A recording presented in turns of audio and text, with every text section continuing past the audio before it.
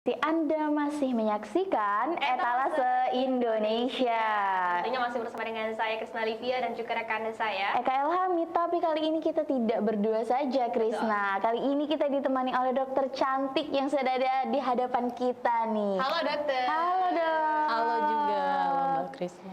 Nah, kali ini kita ditemani oleh dokter Habibah, merupakan salah satu dokter umum di Rumah Sakit Anisa nih, Krisna. Ya, dan kali ini kita akan membahas terkait masalah kecantikan yang biasanya nih ini sering banget dipermasalahkan, tidak hanya di kalangan wanita saja, tapi juga kalangan pria nih. Wow, bener banget ya. Ini menjadi problem di pria maupun wanita nih, apalagi banyak juga kan para acne fighter juga yang mungkin perlu kali ya mengetahui lebih jelas sebenarnya jerawat ini tuh seperti apa sih. Nah dok, kalau boleh tahu jerawat itu apakah termasuk bisa dikatakan penyakit kulit dok?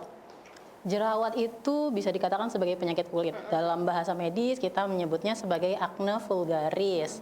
Di mana acne vulgaris ini memang banyak banget diderita oleh para remaja atau dewasa muda, baik perempuan maupun laki-laki tentunya ya. Dan kalau makanan itu apakah benar-benar bisa mempengaruhi timbulnya jerawat nggak sih sebenarnya dok? Bisa banget. Jadi makanan yang bisa menimbulkan adanya jerawat itu biasanya makanan yang mengandung indeks glikemik tinggi.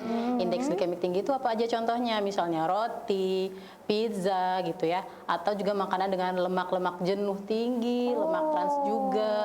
Produk susu, bahkan produk kedelai juga bisa menimbulkan jerawat. Ternyata makanan juga sangat berpengaruh. Sangat ya? berpengaruh ya, apalagi katanya nih dok juga nih, kebanyakan ya kalau semisal kita lagi breakout atau emang lagi kondisi mukanya lagi berjerawat, katanya ada yang suka bilang nih, kamu tuh jangan makan coklat, jangan makan kacang. Itu apa berpengaruh juga dok? Termasuk makanan coklat dan kacang itu pemicu adanya jerawat juga? Oke, sering sih kita mendengar hal seperti itu Iya, ya. betul.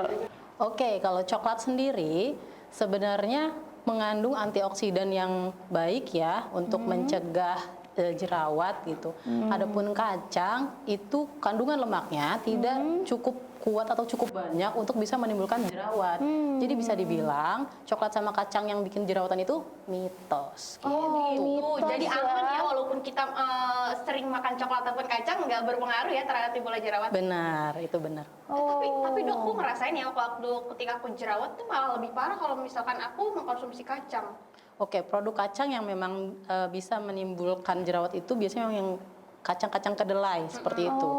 Itu yang lebih banyak mencetuskan atau memicu adanya produksi sebum di kulit. Oh, jadi ada beberapa kacang juga yang memang itu berpengaruh terhadap timbulnya jerawat itu. Iya, itu juga benar. Salah satunya kacang kedelai itu ya dok ya. Betul. Padahal kacang kedelai kan mengandung protein yang cukup tinggi juga ya dok. Tapi sangat disayangkan tidak kurang baik dikonsumsi untuk penderita jerawat, apalagi jerawat-jerawat yang cukup parah juga ya dok ya. Tapi mungkin untuk beberapa orang ini ada yang alergi juga ya mungkin terhadap kacang atau apa yang sehingga menimbulkan terjadi jerawat gitu dok. Apakah benar seperti itu?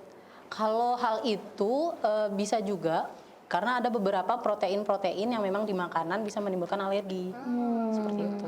Tapi kalau untuk jerawat sendiri nih dok, apakah jerawat hanya timbul di muka saja atau ada bagian-bagian yang lain juga yang ternyata itu sebenarnya jerawat bukan penyakit kulit yang lain?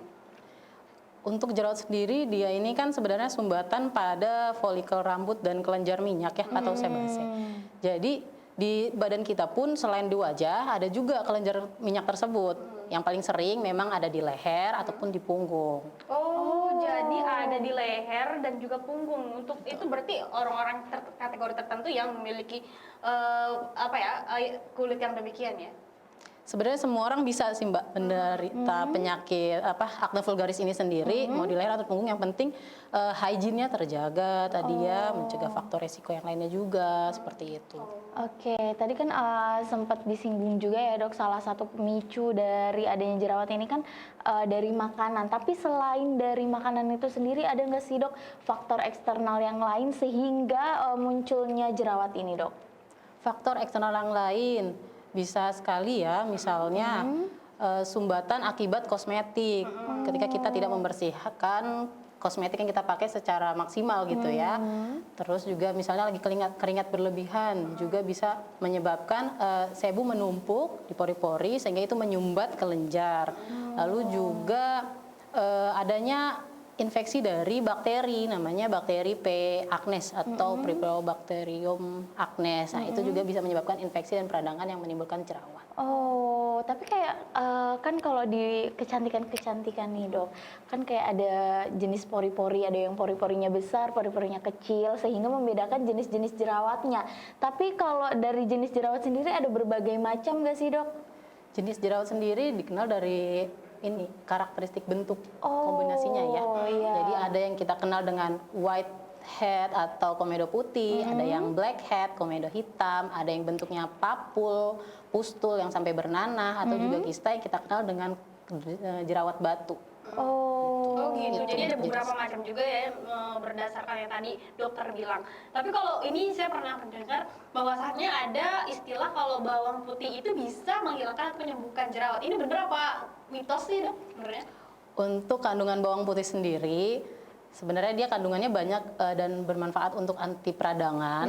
Terutama juga ada vitamin C-nya, ada B6-nya yang juga bisa mengurangi produksi sebum. Tetapi perlu diketahui juga ya, namanya dia bawang putih sendiri itu bisa menjadi suatu alergen jika dipaparkan secara langsung di permukaan kulit. Kan Jadi panas juga bisa ya, Dok, menimbulkan iritasi, reaksi alergi, gitu, jadi kemerahan. Kulit mengelupas seperti itu. Iya, apalagi juga waktu dikenakan ke kulit juga kan panas ya dok ya. Iya, Mungkin itu juga yang memicu jadi ibaratnya kayak melepuh ya dok ya. Jadi nggak aman ya berarti ya dok ya? Secara langsung nggak aman. Berarti harus ada beberapa pemrosesan mungkin ya dok Betul. ya, baru bisa diaplikasikan ke wajah atau ke anggota-anggota badan yang memang ada jerawatnya. Tapi dok, bagaimana sih dok cara mengobati jerawat-jerawat itu sendiri dari jenisnya yang berbagai macam? Apakah cara pengobatannya sama atau ada cara berbeda-beda dari jenis-jenis jerawat itu sendiri dok? Overall pengobatan jerawat itu sama ya. Yang penting yang perlu kita ketahui adalah kita harus menghindari penyebabnya. Kalau penyebabnya itu memang kosmetik, kita harus menjauhi kosmetiknya gitu. Kalau seperti misalnya penggunaan toner atau kolagen atau niacinamide yang berlebihan pada orang yang kulitnya sudah berminyak, jenis kulit berminyak bisa menyebabkan semakin oily, maka bisa menyebabkan penyumbatan juga. Kemudian menghindari faktor resiko, misalnya memang cenderung kulitnya mudah berjerawat, hindari makanan yang indeks glikemik tinggi tadi, kurangi olahan-olahan susu gitu, kurangi juga produk-produk kedelai yang tadi.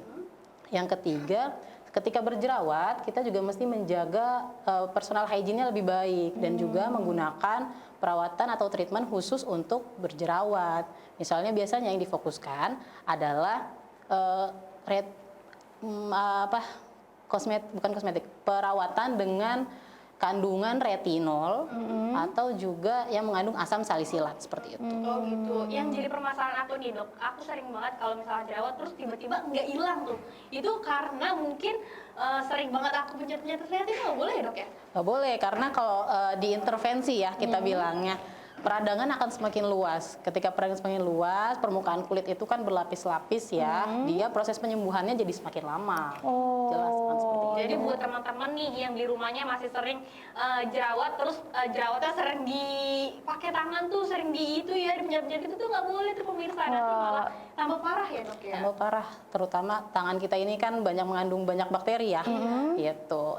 Nanti bakterinya bisa berpindah dan bisa menyumbat pori-pori yang sudah terbuka tadi akibat jerawat. Oh, ternyata seperti itu ya. Oke dok, mungkin ini pertanyaan terakhir nih dok.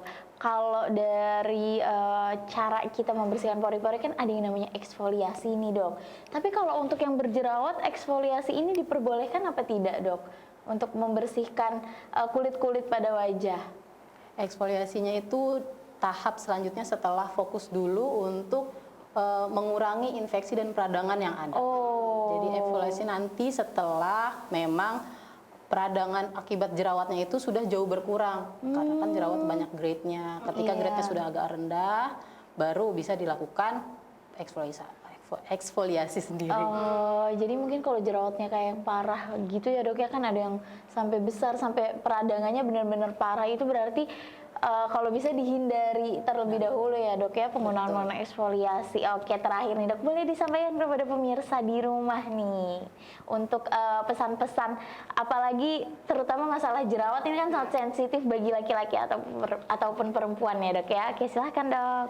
Saya kembali menekankan mungkin ya, karena kan pola makan sekarang itu sangat beragam ya, untuk makanan junk foodnya, minuman-minuman manisnya mungkin perlu kita kurangi untuk mengurangi kejadian jerawat yang mungkin bisa kita derita. Terus juga perlu personal hygiene yang lebih baik lagi. Mungkin itu. Oke, itu tadi beberapa tips dari dokter bagaimana kita menghindari jerawat dan juga bagaimana agar kita terhindar dari jerawat. Oke pemirsa, nanti kita akan balik lagi, tentunya banyak banget informasi yang akan kita berikan setelah jeda berikut ini. Tetap di Etalase Indonesia. Terima kasih dokter. Terima kasih banyak.